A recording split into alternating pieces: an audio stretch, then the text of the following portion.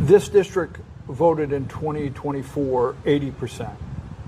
So I want to give you a chance to go over all these things. Absolutely. I mean, you have some things that I'm very interested in, and I know voters will be. How do you cross that hill?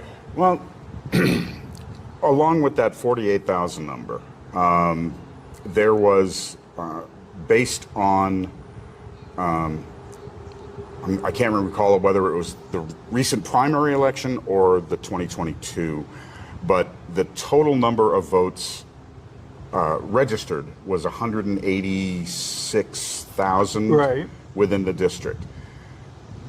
The number of votes cast was was right around 96,000. And from that, they calculate that 48,972 number, 62.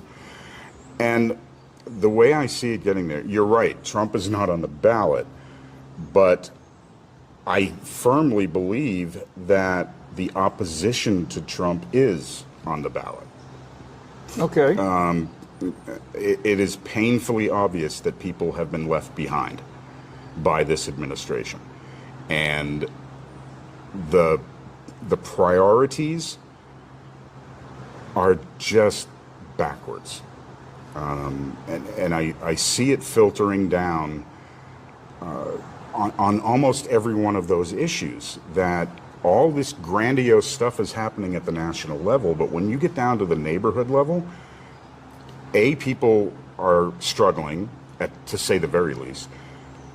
They're mystified and don't understand why they're struggling if they keep hearing how wonderful things are at the national level.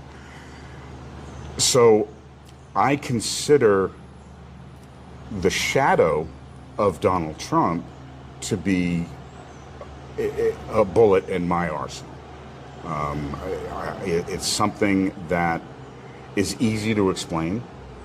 You can directly tie your grocery costs to the current policies and tariffs. You can, this is a big agricultural district. Farmers know exactly how much more expensive fertilizer and fuel is right now. Repair equipment, new equipment. The tariffs have struck every chord in this district. Residential, professional, agricultural. There is a shadow cast over all of that, and I don't think it's unfair to hold the people who have been praising the Trump administration accountable for that. If you're going to, wave the pom-poms and say rah rah for the presidential administration, you can't come back and say, I'm going to fight that administration and those policies for you. You can't support on one hand and deny on the other. I will say this. Now, I study politics 7 days a week. I study all sides. I'm sorry. I'll say this out loud. I enjoy it. 7 days a week. Okay. There is Democratic energy. There is. And anyone that Republican, conservative, anyone out there that won't acknowledge that, if you truly study it, then you have your head in the sand. There is Democratic energy. Agreed. And Republicans are looking at, and they're talking in circles of, can we get our people out to vote? Are we going to be able to build the energy enough to overcome the Democrat energy? So looking at all that, I would be first to agree that Democrats have an opportunity to make gains. Mm-hmm.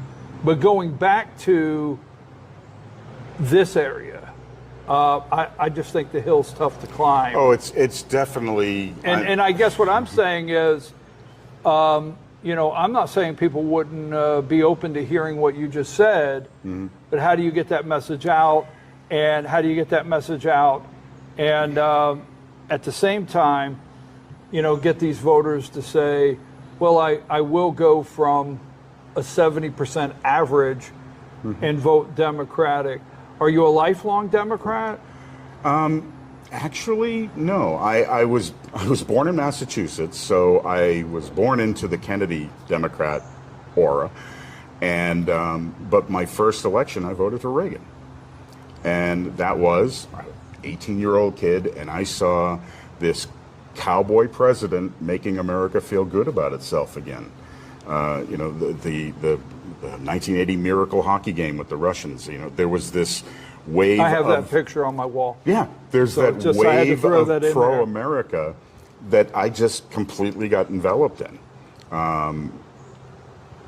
As that first administration went on, I became a little more disillusioned from the policy perspective, because I realized that the pro-America thing only carried us so far. It's great to feel good about your country, but it's not great if you can't afford gas, or you can't afford food, or you can't afford, you know, you've got a balance between your monthly bills and whether or not you can take the kids to a movie. You know, it just boils down to, how do policies at the federal, state, county level, how do they affect you personally on an individual level? How do they affect your family?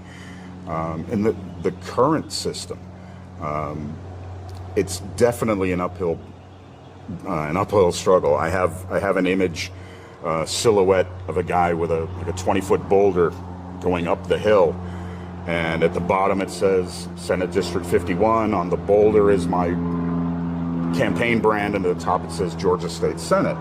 So it's very Sisyphusian to use the mythological aspect. Well,